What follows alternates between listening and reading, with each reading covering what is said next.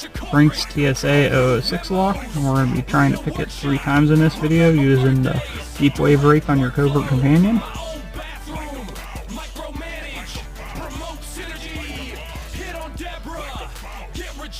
There's once.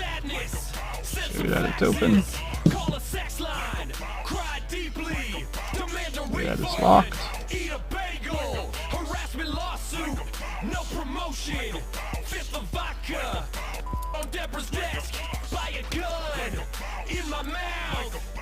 There's twice.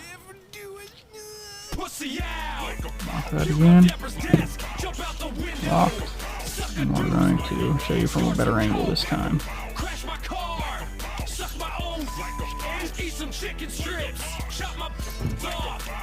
There's the 3rd time. Have a good day, guys.